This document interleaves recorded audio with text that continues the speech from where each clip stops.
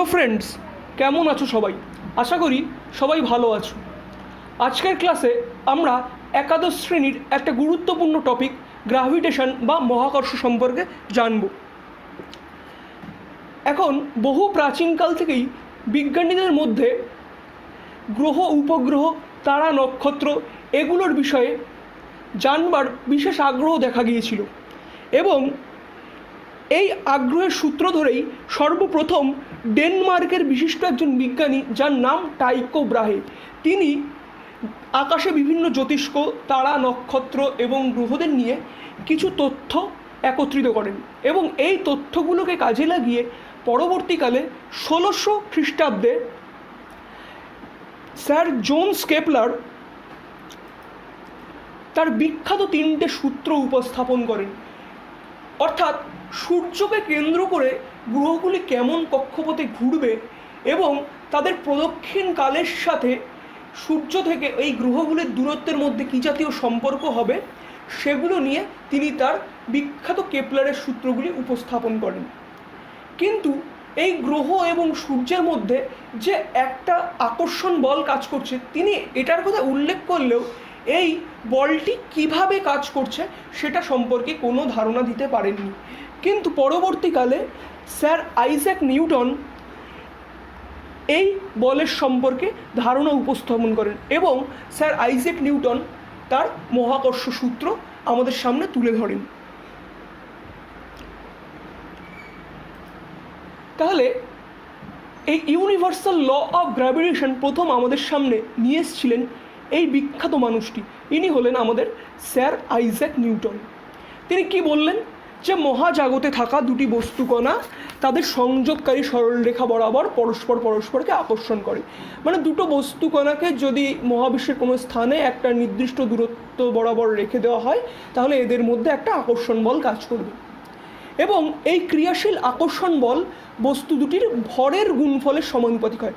যেমন তোমরা ছবিতে দেখতে পাচ্ছ, এখানে দুটো মাস আছে, একটা M1 মাস আর একটা আমাদের M2 মাস। তাহলে এদের মধ্যে ক্রিয়াশীল আকর্ষণ বলটাকে যদি আমি বলি F, তাহলে এই F বলটা এই ভর দুটোর গুণফলের সমানুপাতিক হবে। অর্থাৎ F ভ্যারিজেস আমাদের হবে M1 M2। এটাকে আমরা 1 নম্বর একটা ইকুয়েশন নাম দিলাম এবং এই ক্রিয়াশীল আকর্ষণ বলটি বস্তুদ্বয়ের মধ্যে যে দূরত্ব আছে তার বর্গের সাথে ব্যস্তানুপাতিক হয়। তাহলে এটাকে আমরা বলতে পারছি F ভ্যারিজেস 1/r²। এটাকে আমরা সিম্পল 2 নম্বর ইকুয়েশন দিলাম। এখন এই 1 নম্বর ইকুয়েশন এবং 2 নম্বর ইকুয়েশনের মধ্যে যদি আমরা যৌগিক ভেদের উপপাদ্যকে কাজে লাগাই, তাহলে আমরা কি পাচ্ছি? F varies as M1 M2/r²। এখন আমরা এই ভেদ চিহ্নকে যদি আমি তুলে দেই, সমানুপাতিক চিহ্নকে, তাহলে একটা কনস্ট্যান্ট আসবে, that is F equal to K M1 M2/r²। এবং এই কে কনস্ট্যান্টটা আমাদের ইউনিভার্সাল, মানে মহাবিশ্বের যে কোনো স্থানে এর মানের কোনো চেঞ্জ হবে না। এটাকেই আমরা ইউনিভার্সাল গ্র্যাভিটেশনাল কনস্ট্যান্ট বা জি বলে থাকি।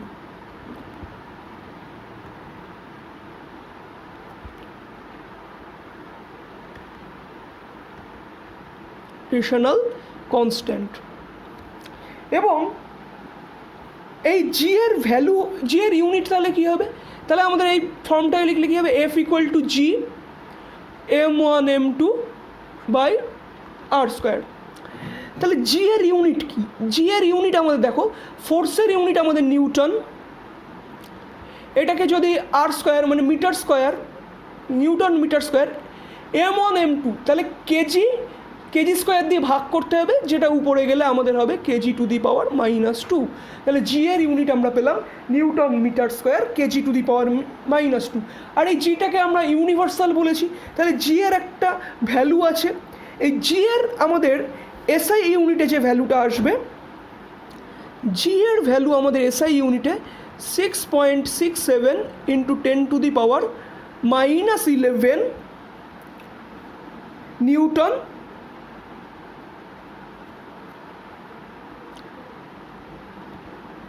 Metre square KG to the power -2। ঠিক আছে, আর সিজিএস ইউনিটে কত আসবে?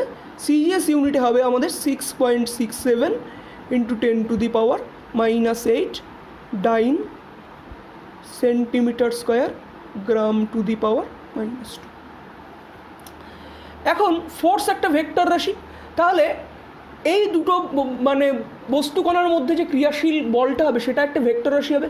এবং যেহেতু বস্তু দুটির মধ্যে ক্রিয়াশীল আকর্ষণ বল এদের দূরত্বের বর্গের সাথে ব্যস্তানুপাতিক এবং এদের সংযোগকারী সরলরেখা বরাবর কাজ করে, তাহলে এদের এই ফোর্সের ডিরেকশন হবে আমাদের আর ক্যাপ বরাবর, মানে ডিরেকশন এদের মধ্যবর্তী দূরত্বের ডাইরেকশানে হবে।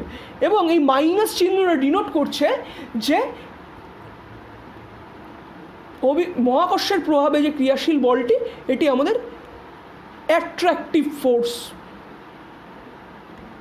এই অ্যাট্রাকটিভ ফোর্স হওয়ার কারণে আমরা এর আগে একটা মাইনাস সিম্বল দিয়েছি। যদি বিকর্ষণ বল হতো তাহলে আমরা এখানে পজিটিভ দিলাম।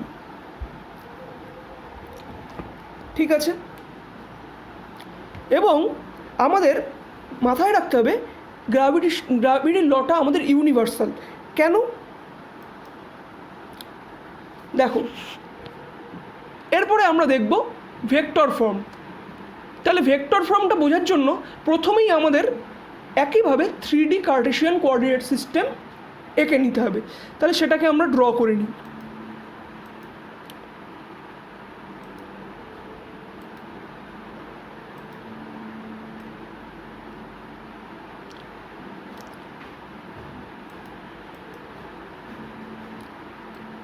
তাহলে এইভাবে আমরা 3 ডাইমেনশনাল কার্টেশিয়ান কোঅর্ডিনেট সিস্টেমটা এঁকে নিলাম এবং ধরে নিলাম স্পেসে আমাদের দুটো মাস আছে, একটা m1 এবং আরেকটা হচ্ছে m2। তাহলে এরকম দুটো মাস আছে, একটা হচ্ছে m1 এবং m2। এখন এই যে m1 মাসটা আছে, এই m1 মাসের আমাদের একটা ইউনিট ভেক্টর আছে এবং আমাদের এই m2 মাসেরও একটা ইউনিট ভেক্টর আছে, এই পজিশন ভেক্টর আছে সরি। আর একটা ভেক্টর যেটা এই দুটো মাসের সংযোগকারী রেখা বরাবর কাজ করবে। এই তিনটে ভেক্টরের আমরা তিনটে নাম দিয়ে দিচ্ছি। ধরে নিলাম এই ও সেন্টার থেকে বা ও অরিজিন থেকে আমাদের m1-এর পজিশন ভেক্টরটা হচ্ছে r1 এবং m2-র পজিশন ভেক্টর হলো আমাদের r2। আর m1 এবং m2-র মধ্যে সংযোগকারী সরলরেখাটাকে আমরা r21 ভেক্টর দিয়ে দেখাচ্ছি। তাহলে m1 বস্তুর জন্য m2-র উপর ক্রিয়াশীল বলটা আমাদের হবে F21। সিমিলার ওয়েতে m2-র জন্য m1-এর উপর ক্রিয়াশীল আমাদের মহাকর্ষীয় আকর্ষণ বলটা হবে F12। তাহলে এই F12 এবং F21-এর ম্যাগনিটিউডটা আমাদের সেম। তাহলে আমরা ভেক্টরের ট্রায়াঙ্গেল ল থেকে স্পষ্ট দেখতে পাচ্ছি r1 plus r21 equal to r2। তাহলে এটা আমরা লিখে নিচ্ছি, r1 plus r21 equal to আমাদের r2। তাহলে এই r21টা আমাদের কি দাঁড়াচ্ছে?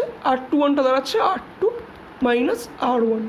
তাহলে 1 নম্বর বস্তুকণা যেটা আমাদের m1 মাসের আছে তার জন্য m2 মাসের উপর ক্রিয়াশীল মহাকর্ষীয় আকর্ষণ বলটাকে আমরা বলেছিলাম F21। এটা আমাদের কি দাঁড়াচ্ছে?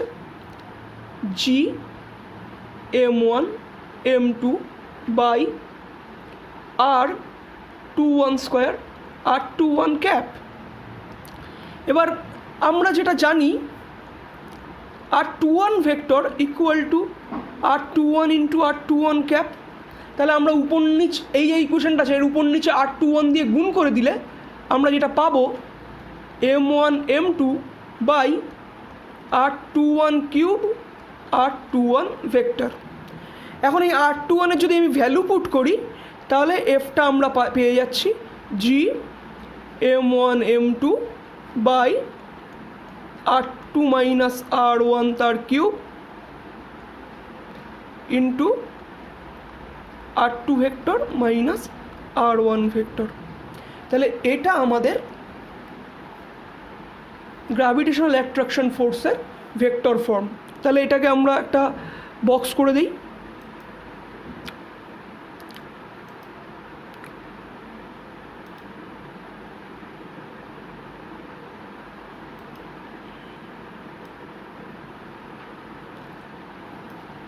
এটা আমাদের ইউনিভার্সাল গ্র্যাভিটেশনাল অ্যাট্রাকশন ফোর্সের ভেক্টর ফর্ম। এখন আমাদের universality of law of gravitation সম্পর্কে বলতে হবে, অর্থাৎ মহাকর্ষীয় সূত্রের সার্বজনীনতা। বলছে কি, মহাকর্ষ বল বস্তুকণার ভর এবং পারস্পরিক দূরত্ব ছাড়া অন্য কিছু বিষয়ের উপর নির্ভর করে না, এবং কোন পদার্থ কী পরমাণু নিয়ে গঠিত, সেটা কঠিন, তরল না গ্যাসীয় ইত্যাদি বিষয় আমাদের মহাকর্ষীয় বলটাকে প্রভাবিত করতে পারে না। এবং মহাকর্ষীয় বল আমাদের মাধ্যমের উপর নির্ভর নয়, অর্থাৎ দুটো M1 এবং M2 বস্তুকণাকে আমি যদি স্পেসে নিয়ে যাই, তাহলে এদের মধ্যে যে পরিমাণ মহাকর্ষীয় আকর্ষণ বল কাজ করবে, সমুদ্রের জলের তলায় নিয়ে গেলেও এদের মধ্যে ক্রিয়াশীল আকর্ষণ বা বিকর্ষণ বলটা একই থাকবে। এখন একটা টুইস্ট আছে, যেটা হলো, যদি তোমাদের বলা হয় যে দুটো আধান আছে Q1 এবং আধান আছে একটা Q2, তাহলে এদের মধ্যে একটা আমরা জানি অ্যাট্রাকটিভ অর রিপালসিভ ফোর্স কাজ করে আধান দুটির নেচারের উপর ভিত্তি করে, যেটাকে আমরা কুলম্বীয় অ্যাট্রাকশন বা রিপালশন ফোর্স বলি, যেটাকে আমি ম্যাগনিটিউডটা FC লিখছি, যেটা আমাদের হয় 1/4πε0 Q1 Q2 বাই এদের ডিস্টেন্সের স্কোয়ার। আর যদি দুটো মাস, একটার ভর হলো M1 এবং আরেকটার ভর হলো আমাদের M2, তাহলে এদের মধ্যেও যদি আমাদের আর সেপারেশন থাকে, তাহলে এদের মধ্যে আমাদের গ্র্যাভিটেশনাল অ্যাট্রাকশন ফোর্স FGর মানটা হয় G M1 M2 by r²। তাহলে এই দুটো ফর্মুলা দেখো অনেকটা একই রকম দেখতে, দুটোই আমাদের r² সাথে ইনভার্সলি প্রপোর্শনাল, মানে r² সাথে ব্যস্তানুপাতিক সম্পর্কে যুক্ত আছে। তাহলে দুটো সূত্রই আমাদের ইনভার্স স্কোয়ার লকে মেনে চলে। এটা তো হলো আমাদের সাদৃশ্য।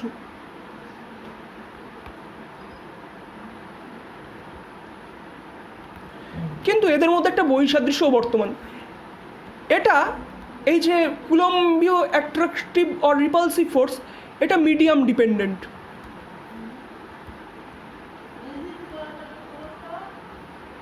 কিন্তু আমাদের ইউনিভার্সাল গ্র্যাভিটেশনাল ফোর্স এটা মিডিয়াম ইন্ডিপেন্ডেন্ট।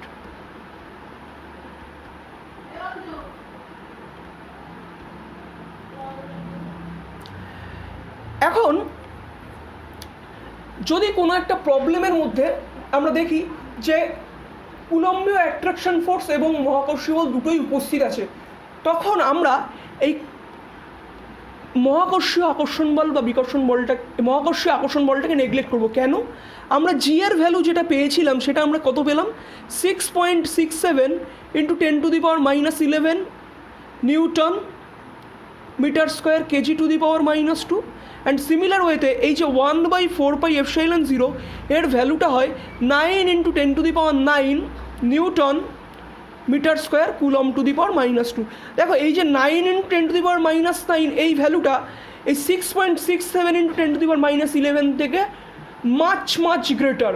তার জন্য যখনই আমাদের কুলম্বীয় অ্যাট্রাকটিভ আর রিপালসিভ ফোর্সের সাথে গ্র্যাভিটেশনাল অ্যাট্রাকটিভ ফোর্সের কথা একসাথে বলা হবে, সেই সময় আমরা এফসি যেহেতু আমাদের এফজির থেকে ফার গ্রেটার, তাই আমরা এফসিকে কনসিডার করব, গ্র্যাভিটেশনাল অ্যাট্রাকটিভ আর রিপালসিভ ফোর্সকে কনসিডার করব না। আর একটা কথা আমাদের মাথায় রাখতে হবে, ফোর্স অফ অ্যাট্রাকশন গ্র্যাভিটেশনাল ফোর্সে আছে, ফোর্স অফ রিপালশন গ্র্যাভিটেশনাল ফোর্সে নেই, অর্থাৎ মহাকর্ষীয় বল শুধুমাত্র আকর্ষণ বল। কিন্তু কুলম ফোর্সের ক্ষেত্রে যদি দুটো আমি সমজাতীয় আধান নেই, এদের মধ্যে বিকর্ষণ বা রিপালসিভ ফোর্সটা দেখা যায়।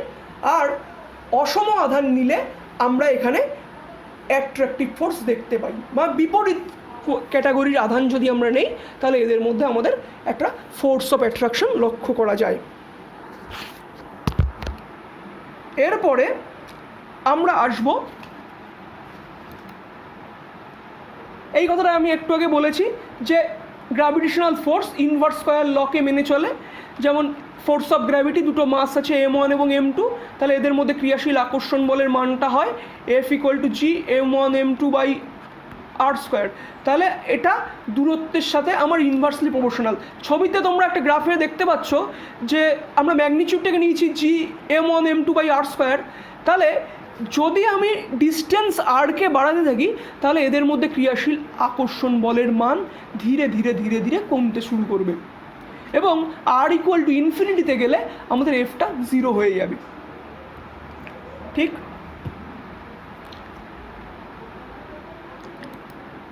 এখন আমরা জি এর ইম্পর্টেন্সটা সম্পর্কে আলোচনা করব। দেখো, এই জি এর ভ্যালুটা যেহেতু আমাদের ইউনিভার্সালি অ্যাকসেপ্টেড, তাই জি এর ভ্যালু যে কোনো স্থানে সেম হবে। যদি আমরা পৃথিবীর উপরে একটা মাসকে রেখে দেই, এখানে যেমন একটা পৃথিবীর রেডিয়াস হচ্ছে RE, আর এর উপর আমরা একটা মাস ক্যাপিটাল এমকে রেখে দিয়েছি, তাহলে এই এম মাসের উপর পৃথিবীর যে আকর্ষণ বলটা কাজ করবে, সেটা ক্ষেত্রে আমাদের ইউনিভার্সাল কনস্ট্যান্ট জি এর মান যা থাকবে, যদি এই পৃথিবীর কেন্দ্র থেকে স্মল r ডিস্টেন্স উপরে আমরা একটা বস্তু ক্যাপিটাল এমকে রেখে দেই, তাহলে এদের মধ্যেও যে আকর্ষণ বলটা কাজ করবে, সেক্ষেত্রেও ওই ইউনিভার্সাল গ্র্যাভিটেশনাল কনস্ট্যান্টের মানটা সেম থাকবে। যদি আমি ধরে নেই যে পৃথিবী পৃষ্ঠ থেকে এই বস্তুটার যে উচ্চতা আছে, সেটা আমাদের আছে ক্যাপিটাল এইচ, স্মল এইচ ধরছি আমি, তাহলে এই পৃথিবী পৃষ্ঠ থেকে এর উচ্চতাটা হচ্ছে স্মল এইচ, আর পৃথিবীর কেন্দ্র থেকে এই মাসের ডিস্টেন্সটা হলো আমাদের এই স্মল আর, পৃথিবীর ব্যাসার্ধটা হচ্ছে স্মল RE। তাহলে এই স্মল আরটা আমাদের কত আসছে? তাহলে এই স্মল আরটা আমাদের আসছে RE + H। আর এক্ষেত্রে যেহেতু পৃথিবী পৃষ্ঠের উপর আছে, তাহলে কেন্দ্র থেকে এই মাসের ডিস্টেন্সটা কত? সেন্টার টু এই মাসের ডিস্টেন্সটা আমাদের RE, that is radius of the earth. তাহলে এটা আমাদের RE, radius of the earth. তাহলে যদি এটাকে আমি কেস 1 বলি, তাহলে ভূপৃষ্ঠের উপর অবস্থিত কোনো বস্তুর উপর যে মহাকর্ষীয় বল কাজ করবে, সেটাকে যদি আমি FG1 নাম দিলাম, তাহলে এটা আমাদের কত হবে? GM, বস্তুকণাটা স্মল m, GMM/RE²। কিন্তু এক্ষেত্রে আমাদের কত আসবে? এক্ষেত্রে আমাদের FG2 এটা হবে G capital M small m/RE plus height তার হোল স্কোয়ার। ঠিক, এরপর আমরা আলোচনা করব অভিকর্ষজ ত্বরণের কথা। আমরা বহু আগেই ছোটোবেলা থেকেই জেনে এসেছি, পৃথিবী তার কাছাকাছি থাকা বস্তুকে নিজের কেন্দ্রের দিকে যে বল দ্বারা আকর্ষণ করে, তাকে আমরা অভিকর্ষ বলি, বা যেটাকে আমরা বলি গ্র্যাভিটি। তাহলে পৃথিবীর কাছে থাকা কোনো বস্তুকণা অবাধে পতনের সময় অভিকর্ষ বলের প্রভাবে যে ত্বরণ নিয়ে পৃথিবীর উপর এসে পড়ে, সেই ত্বরণটাকে আমরা বলি অভিকর্ষীয় ত্বরণ। মানে অভিকর্ষ বলের প্রভাবে অবাধে পতনশীল কণা যে ত্বরণ নিয়ে ভূপৃষ্ঠের দিকে আপতিত হয়, তাকে আমরা বলছি অ্যাক্সেলারেশন ডিউ টু গ্র্যাভিটি বা অভিকর্ষীয় ত্বরণ। তাহলে এই অভিকর্ষীয় ত্বরণের মানটা আমরা কি করে বের করব, সেটা একটু দেখে নেওয়া যাক, যে ভূপৃষ্ঠের উপর অভিকর্ষীয় ত্বরণের মান আমরা কিভাবে বের করতে পারি। তাহলে তার আগে আমরা পৃথিবী এঁকে নিচ্ছি, মিনস একটা সার্কেল এঁকে নিচ্ছি, solid circle.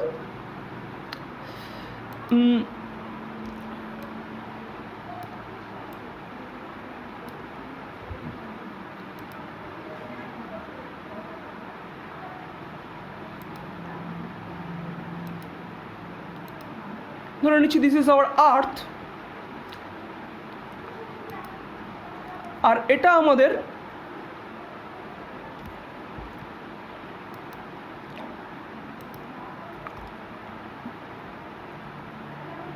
আর্থের centre.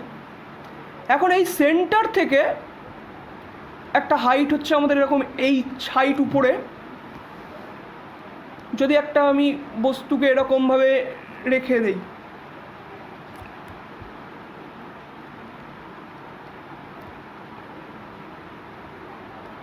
This is our centre ও, আর আর্থের রেডিয়াসটাকে আমি বলছি আর ই, আর সেন্টার টু এই স্মল এম মাসের যে ডিস্টেন্স এটা হলো স্মল আর, আর পৃথিবীর মাসটাকে আমি ধরলাম ক্যাপিটাল এম। তাহলে এদের মধ্যে ক্রিয়াশীল মহাকর্ষীয় আকর্ষণ বল কত হবে, সেটাকে আমি বলছি এফ জি, দ্যাট ইজ আমরা পাচ্ছি G capital M small M by small r square. তাহলে এই স্মল আরটা কি, এই স্মল আর হচ্ছে ভূপৃষ্ঠ থেকে যদি আমাদের উচ্চতাটাকে এইচ ধরি, তাহলে এটা হবে আমাদের আর ই প্লাস এইচ। তাহলে এখানে বসিয়ে দিলে F G equal to G capital M small M by R plus H তার হোল স্কোয়ার, এটা আমরা পাচ্ছি। এখন পৃথিবী যে বল দ্বারা কোনো বস্তুকে নিজের দিকে আকর্ষণ করে সেটাকে আমরা শিখে এসেছি ওজন বলে। তাহলে ওজন ডাব্লু ইকুয়াল টু, এটাকে আমি 1 নম্বর দিলাম, তাহলে ওজন W equal to small M into G, এটাই আমাদের এই এফ জি। তাহলে এই দুটোকে যদি আমি ইকুয়েট করি তাহলে আমি কি পাচ্ছি, m g equal to G capital M small M by R plus H তার হোল স্কোয়ার। তাহলে স্মল এম আমার বোথ সাইড থেকে কেটে যাচ্ছে, আমরা জি সমান সমান পেলাম G capital M R plus H তার হোল স্কোয়ার, রাইট। তাহলে তোমরা দেখতে পাচ্ছ যে এই অভিকর্ষীয় ত্বরণের যে মানটা সেটা এই বস্তুর ভরের উপর নির্ভর করে না। বোর্ড এক্সামে প্রশ্ন দেয় যে দেখাও যে অভিকর্ষীয় ত্বরণের মান বস্তুর ভরের উপর নির্ভর করে না। তাহলে এটা আমরা পেলাম অভিকর্ষীয় ত্বরণের মান। আচ্ছা, পৃথিবীর যে রেডিয়াস এটা আমাদের ভীষণ লার্জ হয়, কিন্তু পৃথিবী পৃষ্ঠ থেকে আমি যদি একটা বস্তুকে মানে বাড়ির ছাদ থেকেও ফেলে দিই তাহলে যে হাইটটা হবে সেটা আমাদের পৃথিবীর রেডিয়াসের থেকে অনেক কম হবে। তাহলে আমরা একটা গুড অ্যাপ্রক্সিমেশন করতে পারি যে এই যে radius of the earth is much much greater than of the height H. তাহলে আমরা এই যে বক্সড ইকুয়েশনটা আছে এটার থেকে এইচকে আমি নেগলেক্ট করতে পারি। সেক্ষেত্রে আমরা জি এর যে ভ্যালুটা পাবো সেটা আমাদের ভূপৃষ্ঠের উপর জি এর value, that is G M by R square. তাহলে আমরা অভিকর্ষীয় ত্বরণের মান ভূপৃষ্ঠের উপর কত পেলাম, small g equal to G M by R square, and this is a good approximation.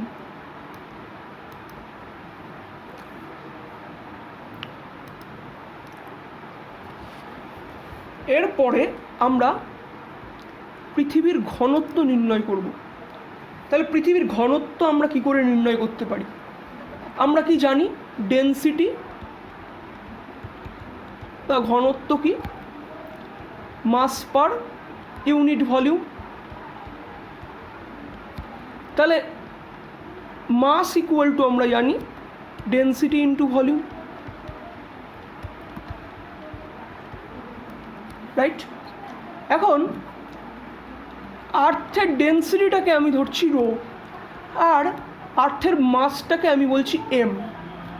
তাহলে রেডিয়াস অফ আর্থ যদি বা পৃথিবীর ব্যাসার্ধ যদি আমরা ক্যাপিটাল আর ধরি, তাহলে আমরা বললাম radius of earth is capital R. তাহলে ভলিউম অফ আর্থ কত,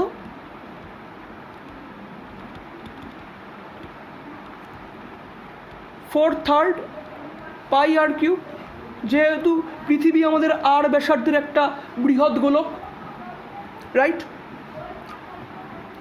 তাহলে মাস অফ আর্থকে আমরা কি লিখব, এই 4/3 pi capital R cube into density rho, right, এটা আমরা লিখছি। এখন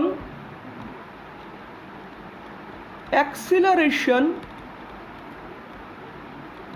due to gravity on earth, মানে অভিকর্ষীয় ত্বরণের ভূপৃষ্ঠের মানটা আমরা পেয়েছিলাম G equal to G capital M by R square. এখন এই এমের জায়গায় আমি এই এমের এই ভ্যালুটা পুট করে দেবো। এই যে আমি যে এমের ভ্যালুটা পেলাম, এই ভ্যালুটাকে আমি এই এমের জায়গায় পুট করে দেবো। তাহলে এটাকে যদি পুট করি তাহলে আমি কি পাচ্ছি, তাহলে আমি যেটা পাচ্ছি জি আর স্কোয়ার, এমের জায়গায় লিখছি আমি 4/3 পাই আর কিউব রো। এটাকে যদি আমি সিম্পলিফাই করি তাহলে আমরা রোর যে ভ্যালুটা পেয়ে যাচ্ছি সেটা আমি পাচ্ছি 3g by 4 pi capital G R, 4 pi capital G into R. তাহলে তোমরা দেখতে পাচ্ছ যে জি এর মান ভূপৃষ্ঠে আমরা জানি কনস্ট্যান্ট, পৃথিবীর ব্যাসার্ধটাও একটা কনস্ট্যান্ট, আর জি তো আমাদের ইউনিভার্সাল গ্র্যাভিটেশনাল কনস্ট্যান্ট। তাহলে পৃথিবীর ঘনত্বটাও আমাদের ধ্রুবক। তাহলে পৃথিবীর ঘনত্বর ভ্যালুটা আমি কি করে বের করব, এই জি এই কনস্ট্যান্টগুলোর মান বসিয়ে দেবো। তাহলে আমরা এই কনস্ট্যান্টগুলোর ভ্যালু লিখে নিই। ভূপৃষ্ঠে জি এর মান আমরা কত জানি, ভূপৃষ্ঠে জি এর মান আমরা জানি 9.8 মিটার পার সেকেন্ড স্কোয়ার। তাহলে 9.8 মিটার পার সেকেন্ড স্কোয়ার আমরা জি এর ভ্যালু জানি। এস ক্যাপিটাল জি আমরা পেয়েছিলাম 6.67 into 10⁻⁻11 newton metre square KG to the power -2। পাইয়ের ভ্যালু অ্যাপ্রক্স 3.14 যদি আমি কনসিডার করি। তাহলে এই কনস্ট্যান্টগুলোকে যদি আমি এখানে বসিয়ে দেই তাহলে রোয়ের যে ভ্যালুটা আমাদের আসে সেটা আসে approx 5.52 into 10 cube kg per metre cube. এটা আমাদের পৃথিবীর গড় ঘনত্বের মান আসে।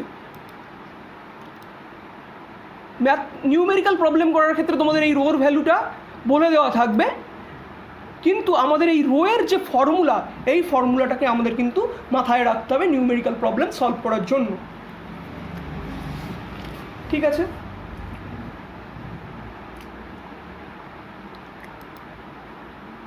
এরপর আমরা দেখব কিভাবে আমরা সূর্যের ভরকে নির্ণয় করতে পারি। ধরে নিলাম সূর্যের চারিদিকে একটা গ্রহ ঘুরছে, গ্রহটাকে আমরা আর্থই ধরে নিচ্ছি। তাহলে আমরা ধরে নিচ্ছি এমই, এটা কি, এটা আমাদের পৃথিবীর ভর, that is mass of earth. আর এমএস ধরছি আমরা সূর্যের ভর, that is mass of sun. তাহলে ধরে নিলাম ওমেগা কৌণিক বেগ নিয়ে পৃথিবী সূর্যের চারিদিকে ঘুরছে। তাহলে ওমেগা হচ্ছে angular velocity of earth.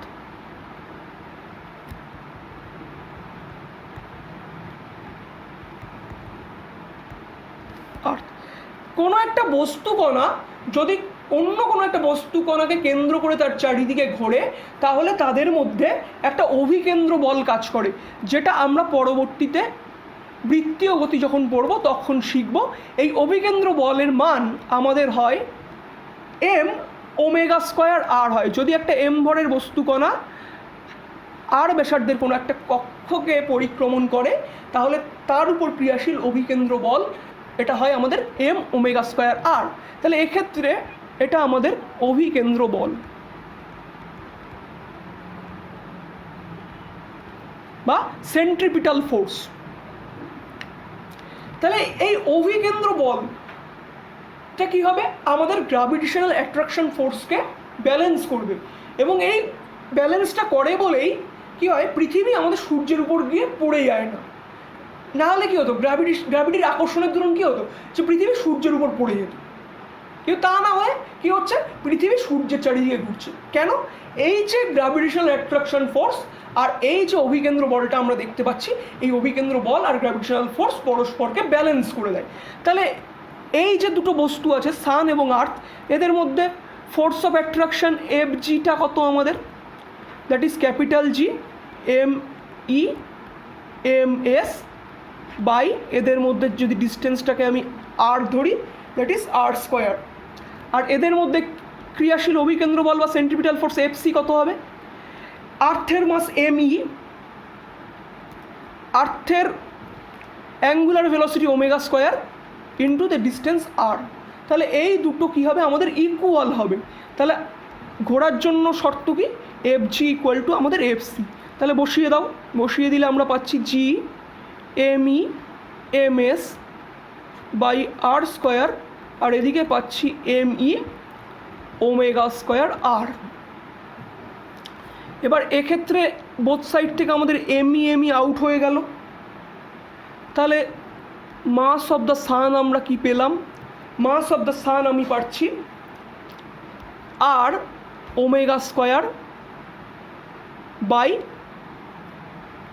R cube, এটা আর কিউব হবে, R cube omega square by capital G. Again যদি পৃথিবীর পর্যায়কাল, অর্থাৎ পৃথিবীর সূর্যের চারিদিকে যে প্রদক্ষিণ করছে সেই পর্যায়কালটা, অর্থাৎ 365 দিনে সূর্যকে প্রদক্ষিণ করে, তাহলে এই যে পর্যায়কালটা, এই পর্যায়কালটাকে আমি বলছি ক্যাপিটাল টি। তাহলে ক্যাপিটাল টি হলো আমাদের টাইম পিরিয়ড অফ আর্থ।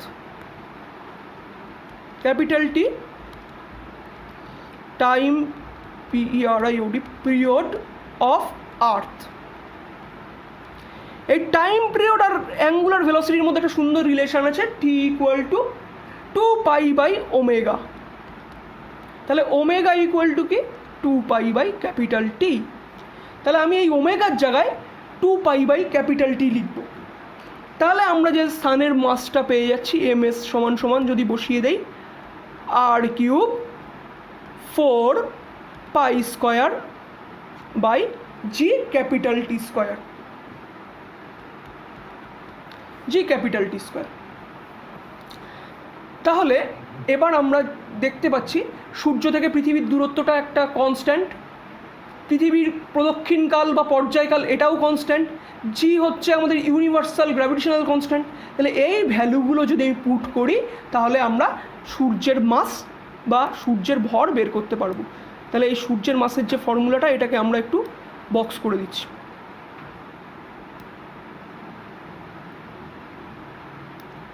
ঠিক আছে, তাহলে আমরা এই ভ্যালুটা পুট করি। তাহলে আমরা ফর্মুলাটা পেলাম কি,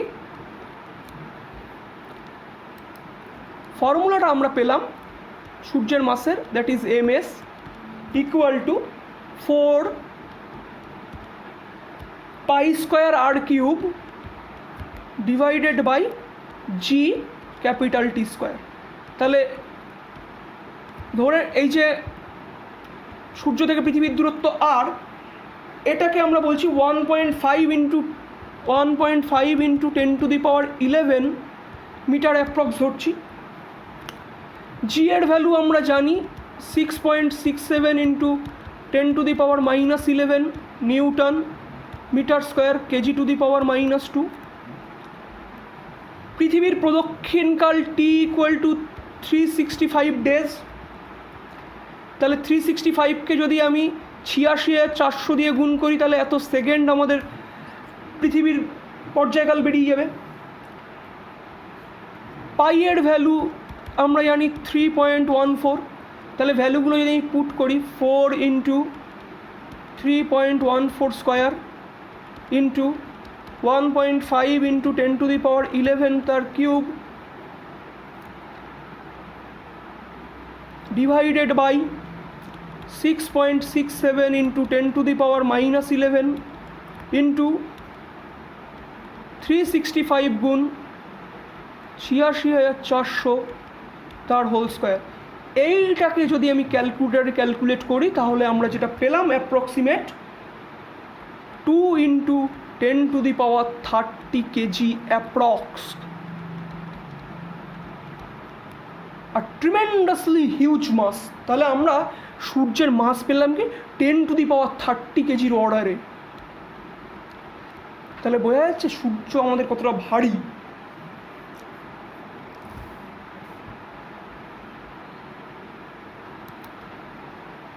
এর পরবর্তীতে আমরা দেখব acceleration due to gravity on earth. তাহলে পৃথিবী থেকে একটা এই উচ্চতা হাইটে কোনো একটা বস্তুকে যদি রেখে দেই তার উপর ক্রিয়াশীল আমাদের মহাকর্ষ বলটা কত হবে এটা আমরা দেখবার চেষ্টা করি। তাহলে ধরে নাও পৃথিবীর ব্যাসার্ধটা সে আগের মতোই আমরা ধরছি, পৃথিবীর ব্যাসার্ধটা হচ্ছে আমাদের RE, আর ধরে নিলাম একটা এইচ হাইট ডিস্টেন্সে আমাদের একটা স্মল মাস ক্যাপিটাল M, এই স্মল m আছে। তাহলে একটা এখানে আমাদের মাস বা ভর আছে স্মল m, আর আর্থের মাস হচ্ছে ক্যাপিটাল M। তাহলে এদের মধ্যে ক্রিয়াশীল মহাকর্ষীয় বলটা আমরা জানি, that is hour FG, that is our FG equal to G capital M small m by RE plus H তার হোল স্কোয়ার, এটা আমরা জানি। ঠিক আছে, এখন ধরে নিলাম এই হাইট উপরে আমাদের অ্যাক্সিলারেশন ডিউ টু গ্র্যাভিটিটা চেঞ্জ হচ্ছে, তাহলে সেটা আমরা ধরে নিলাম G প্রাইম। তাহলে এই হাইট উপরে আমাদের G প্রাইমটা কত হবে? G প্রাইমটা আমাদের হবে G capital M by RE plus H তার হোল স্কোয়ার, যেটাই আমরা একটু আগে দেখলাম। তাহলে আমরা কি জানি? তাহলে আমরা আরও এটা জানি, ভূপৃষ্ঠে G এর মান কত হয়? GM বাই RE স্কোয়ার, এটাকে আমি 3 নম্বর বলছি।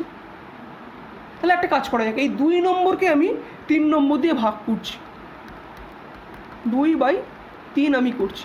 তাহলে 2/3 আমি করলে কি পাচ্ছি? G প্রাইম বাই G, তাহলে উপরে আমি পাচ্ছি GM by RE plus H তার হোল স্কোয়ার, নিচে আমি পাচ্ছি GM বাই RE স্কোয়ার। তাহলে এই GM আমাদের কেটে যাচ্ছে, তাহলে উপরে থাকছে RE square by RE plus H তার হোল স্কোয়ার। এখান থেকে আমি RE কে কমন নিচ্ছি, তাহলে এখান থেকে আমি যদি RE কে কমন নিই তাহলে কি পড়ে থাকছে? উপরে RE স্কোয়ার, নিচে আমাদের RE স্কোয়ার পড়ে থাকছে, 1 প্লাস H বাই RE তার হোল স্কোয়ার, এটা আমাদের পড়ে থাকে। ঠিক, এটা আমাদের পড়ে থাকছে। তাহলে এখান থেকে আমরা প্রুফটা কি করে করব?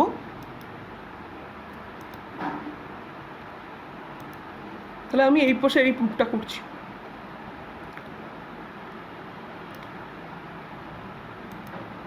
তাহলে আমি পেলাম G প্রাইম বাই G। তাহলে এই RE স্কোয়ার কেটে গেল, যদি ওটাকে আমি উপরে নেই তাহলে 1 plus H by RE whole to the power -2 আসে। ঠিক আছে, এখন এটাকে যদি বাইনোমিয়াল এক্সপেনশন করি এবং আমরা দেখতে পাবো যে পৃথিবীর ব্যাসার্ধটা আমাদের এইচের থেকে অনেক বড় হয়, এই যে টার্মটার হায়ার টার্মগুলো আসবে সেটা খুব ক্ষুদ্র হবে। তাহলে কি বলবো? H much less than RE। তাহলে আমি কি করব? Neglect the higher term.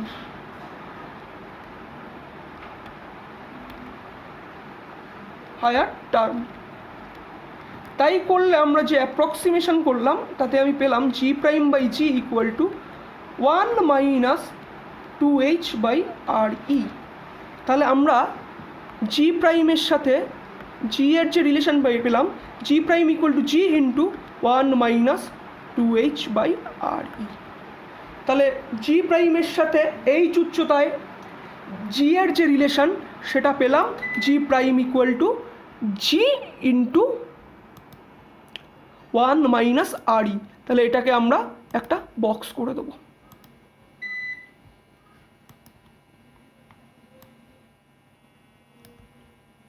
ঠিক, এরপর আমরা পৃথিবী পৃষ্ঠ থেকে D গভীরতায় যদি কোনো একটা বস্তুকে রেখে দেই তাহলে তার উপর যে অভিকর্ষীয় ত্বরণটা ক্রিয়াশীল হবে তার মানটা আমরা বের করার চেষ্টা করব। তাহলে সেই আগের মতোই আমরা এক্ষেত্রেও ধরে নিচ্ছি পৃথিবীর ব্যাসার্ধ হলো ক্যাপিটাল RE আর এই পৃথিবীর মাসটা হলো ক্যাপিটাল ME। তাহলে ভূপৃষ্ঠ থেকে D গভীরতায় যদি আমি একটা স্ফিয়ার কল্পনা করি তাহলে সেই স্ফিয়ারটার মাসকে আমরা ধরছি MS। তাহলে D গভীরতায় যে স্ফিয়ারটা আমরা কল্পনা করলাম তার ব্যাসার্ধটা আমাদের কত হবে? অবভিয়াসলি RE থেকে আমাদের D বিয়োগ করতে হবে, তাহলে এটা আমাদের হচ্ছে RE মাইনাস D। তাহলে ধরে নিলাম এই ডি গভীরতায় যে মাসটা আমরা রেখেছি সেই স্মল মাসটার ভ্যালু হলো স্মল এম। তাহলে এক্ষেত্রে আমাদের যে ক্রিয়াশীল গ্র্যাভিটেশনাল ফোর্সটা হবে সেটা আমাদের কত আসছে, সেটা আমাদের হচ্ছে, আমি ধরলাম এফ প্রাইম নাম দিলাম, that is G M S into m R minus D তার হোল স্কোয়ার। এটা আমরা পেলাম। আবার আমরা কি জানি যে এম জি প্রাইম, তাহলে ডি গভীরতায় আমি ধরলাম গ্র্যাভিটির মান জি প্রাইম, তাহলে এটা আমাদের এই ফোর্সের সাথে সমান হবে G M S into m by R minus D তার স্কোয়ার। এই স্মল এম এম কেটে যাচ্ছে, তাহলে জি প্রাইম সমান সমান আমরা পাচ্ছি G M S by R minus D তার হোল স্কোয়ার। এটাকে আমি 1 নম্বর একটা ইকুয়েশন দিলাম। আবার আমরা পৃথিবী পৃষ্ঠে জি এর মান আগে পেয়েছি, সেটা আমরা কত পেয়েছি, G equal to G M E by R square. এটাকে আমরা 2 নম্বর ইকুয়েশন দিলাম।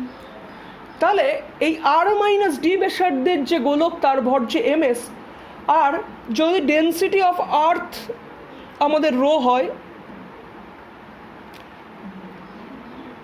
তাহলে এই এম এস এর মান কত হবে, এই আর মাইনাস ডি ব্যাসার্ধের আমার আয়তন গুণ আমাদের ডেনসিটি। তাহলে ডেনসিটিটা রো ধরলাম, তাহলে এটা হচ্ছে আমাদের 4/3 pi R minus D cube into rho. তাহলে এবার আমরা যেটা করব সেটা করছি জি প্রাইম বাই জি। তাহলে জি প্রাইম বাই যদি আমি জি করি তাহলে আমরা কি পাচ্ছি, তাহলে আমরা পাচ্ছি জি জি কেটে যাবে, আমরা পেয়ে যাব M S by M into এই আর স্কোয়ার উপরে উঠবে, তাহলে এই R square by R minus D তার হোল স্কোয়ার। এখন তাহলে আমরা এম আর এম এস এর ভ্যালু যদি পুট করি, তাহলে এম এস এর ভ্যালু কত হচ্ছে 4/3 pi R minus D cube into rho, আর নিচেরটা আমাদের 4/3 পাই আর কিউব রো, আর এর সাথে আমার মাল্টিপ্লাই আছে R square by R minus D তার হোল স্কোয়ার। এটা আমাদের মাল্টিপ্লাই আছে, তাহলে এটা মাল্টিপ্লাই থাকলে এবার যদি এটাকে আমি সিম্পলিফাই করি তাহলে আমরা যেটা পেয়ে যাচ্ছি সেটা আমি পাচ্ছি G prime by G that is equal to our 1 minus D by R. তাহলে পৃথিবী থেকে ডি গভীরতায় আমরা যে অভিকর্ষ ত্বরণের মান পেলাম that is our G prime equal to G into 1 minus D by R.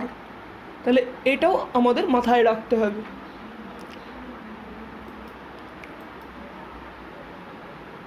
তাহলে আমরা ডি গভীরতায় যেটা পেলাম মান সেটাকে আমি একটা বক্স করে দিলাম,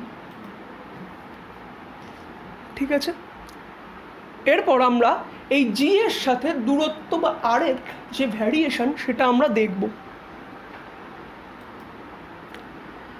তাহলে তোমরা এখানে দেখতে পাচ্ছ যখন আমরা পৃথিবীর কেন্দ্র থেকে পৃথিবী পৃষ্ঠের দিকে এগোচ্ছি তখন আমাদের জি এর ভ্যারিয়েশনটা লিনিয়ারলি বাড়তে থাকছে, এবং যখন আমরা পৃথিবী পৃষ্ঠ থেকে আরও এই উচ্চতায় যাচ্ছি তখন এটা আমাদের একটা প্যারাবোলিক কার্ভের ন্যায় আচরণ করছে। যদি আমি পৃথিবীর গভীরের কল্পনা করি সেক্ষেত্রে আমরা যেটা পেলাম, সেক্ষেত্রে আমরা জি প্রাইমটা কীরকম পেয়েছিলাম, জি প্রাইমটা আমরা দেখেছিলাম যে জি প্রাইম আমাদের আর মাইনাস এইচের সাথে সমান্তরাল। জি প্রাইমটা আমাদের এই ক্যাপিটাল আর মাইনাস ডি এর সাথে প্রপোর্শনাল। আর পৃথিবী পৃষ্ঠের উপরে আমরা পেয়েছিলাম জি প্রাইমটা varies as 1 by R plus H এর হোল স্কোয়ারের প্রপোর্শনাল। তাহলে এক্ষেত্রেই বোঝা যাচ্ছে যে ভূগর্ভের দিকে আমাদের অভিকর্ষ ত্বরণটা রেডিয়াসের সাথে লিনিয়ারলি প্রপোর্শনাল, কিন্তু ভূপৃষ্ঠের উপর থেকে যদি আমি আরও এইচ হাইট উপরে উঠি তখন সেটা 1 বাই আর স্কোয়ারের প্রপোর্শনাল হয়ে যায়।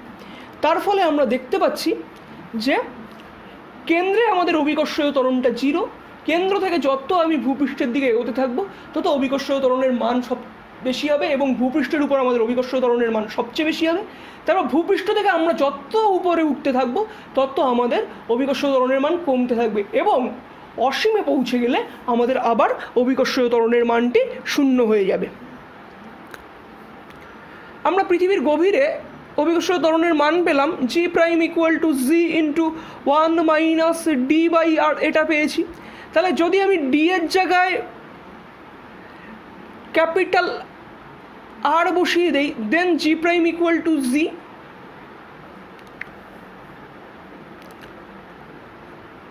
Into 0, that is hour 0। তার মানে পৃথিবী পৃষ্ঠ থেকে যদি আমি কেন্দ্রের দিকে চলে যাই তাহলে আমি 8 ডিস্টেন্স গভীরে ঢুকে গেছি, তখন আমি দেখছি পৃথিবীর কেন্দ্রে আমাদের অভিকর্ষীয় ত্বরণের মানটা 0 হয়। ঠিক আছে, এরপরে আমরা কেপলারের সূত্রগুলি আলোচনা করব।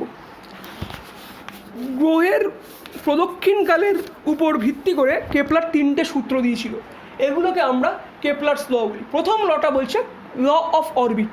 তাহলে এখানে কি বলছে, each planet moves around the sun in an elliptical orbit with the sun at one of the foci. মানে যে সূর্যকে কেন্দ্র করে গ্রহগুলো আমাদের একটা উপবৃত্তাকার কক্ষপথে প্রদক্ষিণ করবে এবং এই উপবৃত্তের যে কোনো একটা নাভিতে আমাদের সূর্য অবস্থান করে। ছবিতে আমরা দেখতে পাচ্ছ যে একটা প্ল্যানেট আছে, এই যে সবুজ করে দেখানো হয়েছে এটা প্ল্যানেট, আর এই যে সান, এই সানকে কেন্দ্র করে আমাদের প্ল্যানেটটা একটা উপবৃত্তাকার কক্ষপথে ঘুরছে এবং এই উপবৃত্তের দুটো নাভি রয়েছে, এই যে ফোকাস 1 অ্যান্ড ফোকাস 2। এই দুটো ফোকাসের যে কোনো একটা ফোকাসে আমাদের সূর্য অবস্থান করছে। ঠিক আছে, তাহলে অবভিয়াসলি যে কোনো একটা ফোকাসে যখন সূর্য অবস্থান করবে তাহলে একটা টাইমে দেখা যাবে সূর্য থেকে গ্রহের দূরত্বটা সবচেয়ে কম, আর একটা টাইমে সূর্য থেকে গ্রহের দূরত্বটা সবচেয়ে বেশি। তাহলে এই পি পজিশনটাকে আমি যদি বলি সূর্য থেকে দূরত্ব সবচেয়ে কম, এটাকে বলা হয় পেরিহিলেন বা অনুসুর। আর এই সূর্য থেকে যেখানে আমাদের গ্রহের দূরত্ব সবচেয়ে বেশি, এই পজিশনটাকে বলা হয় অ্যাপিহিলেন বা অপসুর।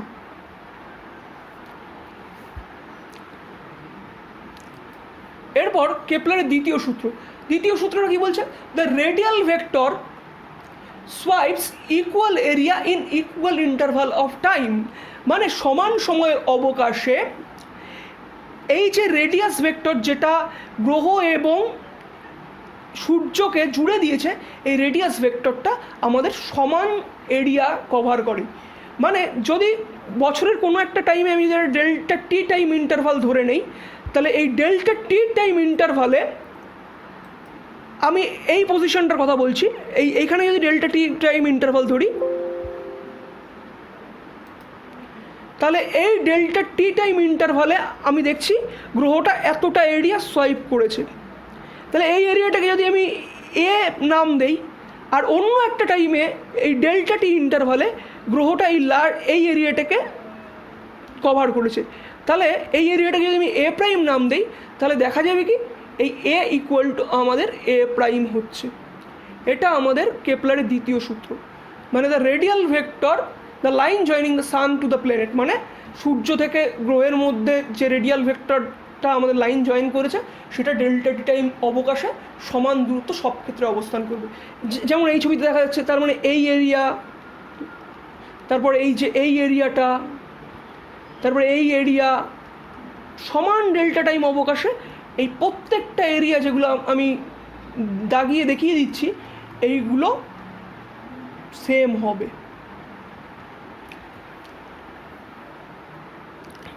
এর পরবর্তী সূত্রটা কি বলছে, এর পরবর্তী সূত্রটা বলছে ল অফ পিরিয়ড। মানে এই সূত্রটা যেটা বলছে ওই সূর্যের চারিদিকে যখন কোনো গ্রহ ঘোরে তার পর্যায়কালের বর্গ সূর্য এবং ওই গ্রহের যে মধ্যবর্তী দূরত্ব তার ঘনফলের সাথে সমানুপাতিক হয়। অর্থাৎ যদি কোনো একটা গ্রহ সূর্যকে ক্যাপিটাল টি টাইমে প্রদক্ষিণ করে, মানে তার টাইম পিরিয়ডটা যদি ক্যাপিটাল টি হয় এবং সূর্য থেকে গ্রহের মধ্যবর্তী যে দূরত্ব সেটা যদি আমার স্মল এ হয় তাহলে দেখতে পাবো কি আমরা টি স্কোয়ার ভ্যারিয়াস এ কিউব। তাহলে যদি আমি এই সমানুপাতিক চিহ্ন তুলে দিই তাহলে একটা ধ্রুবক বা কনস্ট্যান্ট আসে, তাহলে আমরা লিখতে পারি T square by A cube equal to ধ্রুবক। এটা আমাদের লেখা যায়। তাহলে এইবার আমরা এই কেপলারের তৃতীয় সূত্রটাকে প্রমাণ করার চেষ্টা করব। তাহলে যখন প্রমাণ করার চেষ্টা করব, ধরে নিচ্ছি সূর্যকে কেন্দ্র করে কোনো একটা স্মল এম মাসের গ্রহ বৃত্তাকার কক্ষপথে ভ্রমণ করছে। আমি বৃত্তাকার ধরে নিচ্ছি ক্যালকুলেশনের সুবিধার জন্য, এবং এক্সাম পারপাসেও তোমাদের এক্ষেত্রে বৃত্তাকার কক্ষপথ ধরে নিতে হবে।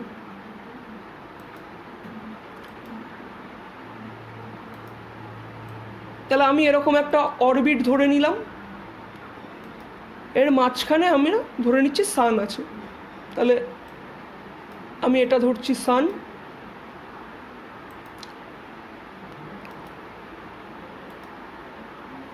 এবং বাইরের কক্ষপথে একটা উপগ্রহ রয়েছে। ধরে নিলাম এই একটা আমাদের গ্রহ রয়েছে।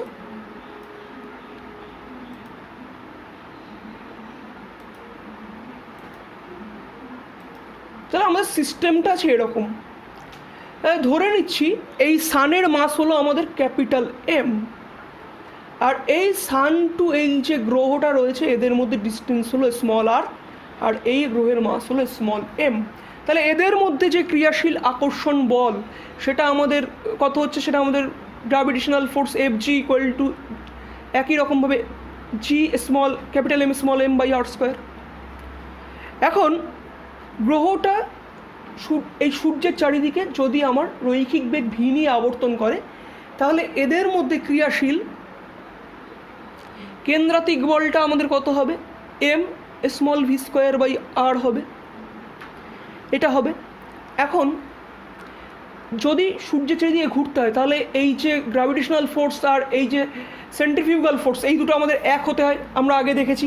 তাহলে এই দুটোকে যদি আমি এক করি তাহলে কী হবে, G capital M small M by R square equal to আমরা পাচ্ছি m V square by R. তাহলে স্মল এম বোথ সাইড দিয়ে কেটে যাচ্ছে, আর আমরা যে ভি স্কোয়ারের যে ভ্যালুটা পাচ্ছি সেটা আমরা পাচ্ছি G capital M by R, এটা আমরা পাচ্ছি। এখন এই আর ব্যাসার্ধের বৃত্তাকার কক্ষপথে গ্রহটা পরিক্রমণ করছে, তাহলে একটা স্থান থেকে শুরু করে যখন সে আবার সেই স্থানে ফিরে আসবে তার মোট সরণ কত হবে, নেট ডিসপ্লেসমেন্ট কত, নেট ডিসপ্লেসমেন্ট আমাদের বৃত্তের পরিধি, দ্যাট ইজ আওয়ার 2 পাই আর। এবং যেহেতু এটা ভি ভেলোসিটি নিয়ে ঘুরছে তাহলে আমাদের টাইম পিরিয়ড বা পর্যায়কাল ক্যাপিটাল টিটা কত হবে, displacement by velocity 2 pi R by V, এটা আমাদের হবে। এখন আমি বোথ সাইডকে স্কোয়ার করছি, তাহলে টি স্কোয়ার ভ্যারিয়েশন কত পাচ্ছি আমরা, 4 pi square R square by V square. এবার আমরা ভি স্কোয়ারের ভ্যালুটা এখানে পুট করে দেবো, তাহলে আমরা পাচ্ছি কত, 4 pi square R square, V স্কোয়ারের ভ্যালু আমাদের জি এম বাই আর, তাহলে আমরা পাচ্ছি 4 pi square by G M, এই আরটা উপরে উঠে গেলে আর cube.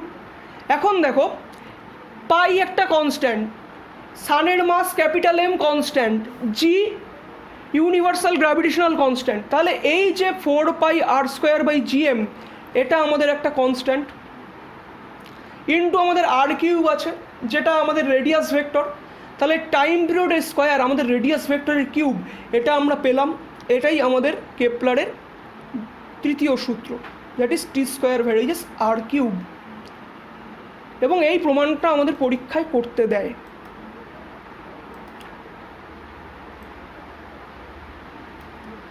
This is very much important.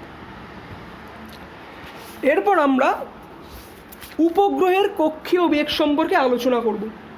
দেখো সূর্যের চারিদিকে যখন গ্রহগুলো ঘোরে তাহলে তার ঘোরার জন্য একটা কক্ষীয় বেগ আছে, তেমনি পৃথিবীকে পর্যবেক্ষণ করার জন্য, পৃথিবীর জলবায়ু, বেতার তরঙ্গ ইত্যাদি পর্যবেক্ষণ করবার জন্য এবং পৃথিবী সংক্রান্ত নানা তথ্য আমাদের কাছে উপস্থাপন করার জন্য নাসা, ইসরো প্রভৃতি স্পেস সেন্টার থেকে আমাদের মহাকাশে কী পাঠানো হয়, উপগ্রহগুলো পাঠানো হয়।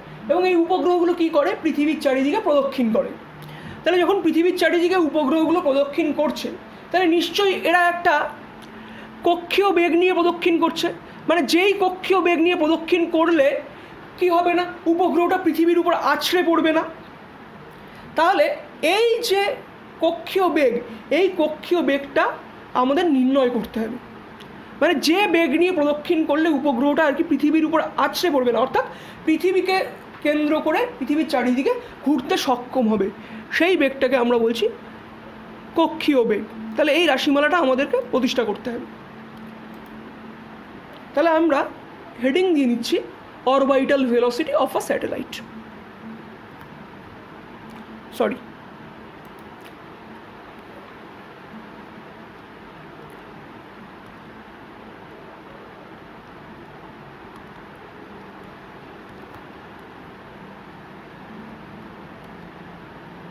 স্যাটেলাইট। তাহলে এখন আমরা কি ধরবো, যে এম মাসের পৃথিবী আছে, পৃথিবীকে কেন্দ্র করে একটা স্মল এম মাসের উপগ্রহ প্রদক্ষিণ করছে। তাহলে ছবিটা আমরা একটু এঁকে নিই।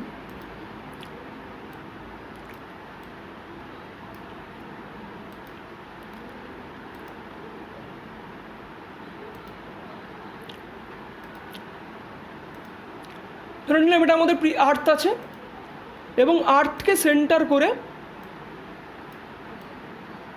এই যে হলো আর্থকে সেন্টার করে আমাদের স্যাটেলাইটের অরবিট, আর একটা স্মল এম মাসের আমাদের একটা স্যাটেলাইট কল্পনা করতে হবে, যেটা ধরে নিলাম এইটা আমাদের স্মল এম মাসের স্যাটেলাইট, এবং এটাকে আমি রেড কালার দিয়ে ফিল করে দিচ্ছি। ওকে, তাহলে ধরে নিলাম এই আর্থের মাস হলো,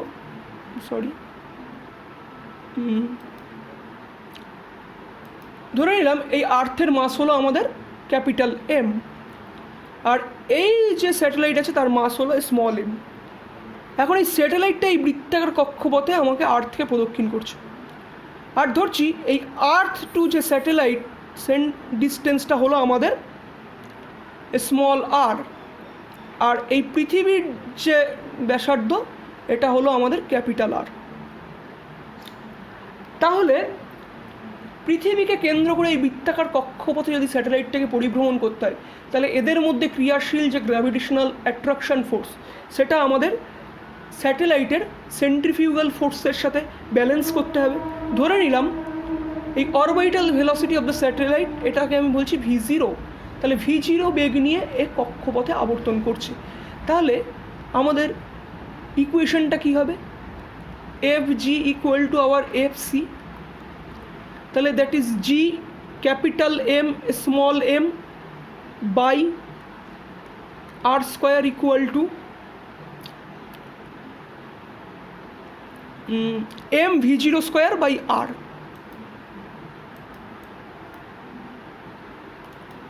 যেটা আমাদের centrifugal force, that is small m v0 square by r। তাহলে এখান থেকে v0 যে ভ্যালুটা আমরা পাবো, এই r এর সাথে এই r স্কোয়ার কেটে গেল, স্মল m এর সাথে এই স্মল m কাটলো, তাহলে v0টা আমরা পাচ্ছি √ওভার ক্যাপিটাল GM বাই r। এটা কি আর্থের ডিস্টেন্স টু আর্থের সেন্টার টু স্যাটেলাইটের সেন্টার টু সেন্টার ডিস্টেন্স। তাহলে এইটা একরকম ফর্ম হয়, এটাকে আমি একটা বক্স করলাম।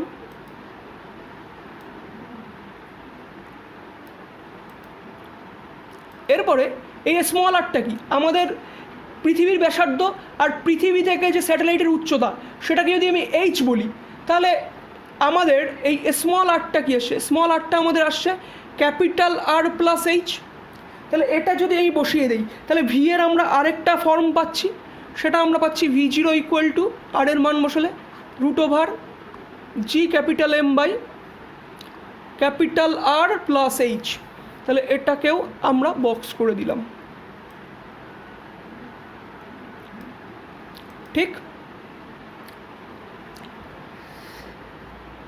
এখন ভূপৃষ্ঠে অভিকর্ষীয় ত্বরণের মান আমরা কত পেয়েছিলাম, তাহলে ভূপৃষ্ঠে অভিকর্ষীয় ত্বরণের মান আমরা স্মল g সমান সমান পেয়েছিলাম GM বাই r স্কোয়ার। ঠিক, g সমান সমান আমরা পেয়েছিলাম capital GM by capital R square. তাহলে GM এর ভ্যালু কত, GM এর ভ্যালু আমাদের small g into R square. তাহলে এই যে v0 ইকুয়েশন আমি GM এর জায়গায় স্মল জি আর স্কোয়ার বসাচ্ছি, তাহলে ভি জিরোটা আমরা পাচ্ছি root over G R square by R plus H. এটাও আমাদের অরবিটাল ভেলোসিটির আরেকটা ফর্ম।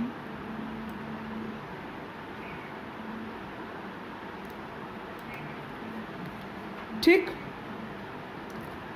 এখন যদি স্যাটেলাইটটা পৃথিবীর খুব কাছাকাছি অবস্থান করে, তাহলে মানে এই হাইটটা কম হবে, তাহলে আমরা একটা অ্যাপ্রক্সিমেশন করতে পারি। তাহলে সেই অ্যাপ্রক্সিমেশনটা আমরা দেখি।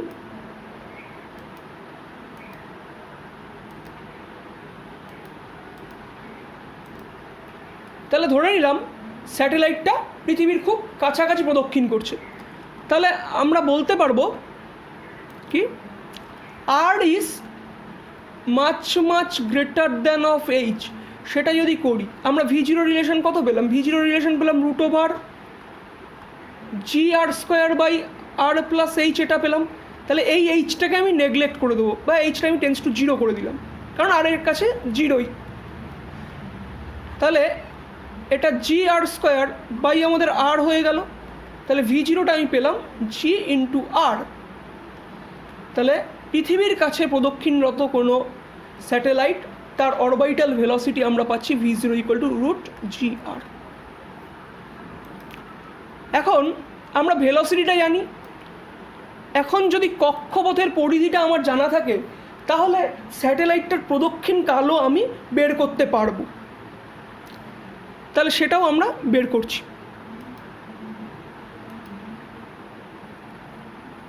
তাহলে ধরে নিলাম যে স্যাটেলাইটটা টি টাইমে গ্রহটিকে প্রদক্ষিণ করবে, তাহলে time period of the satellite আমি ধরছি ক্যাপিটাল টি।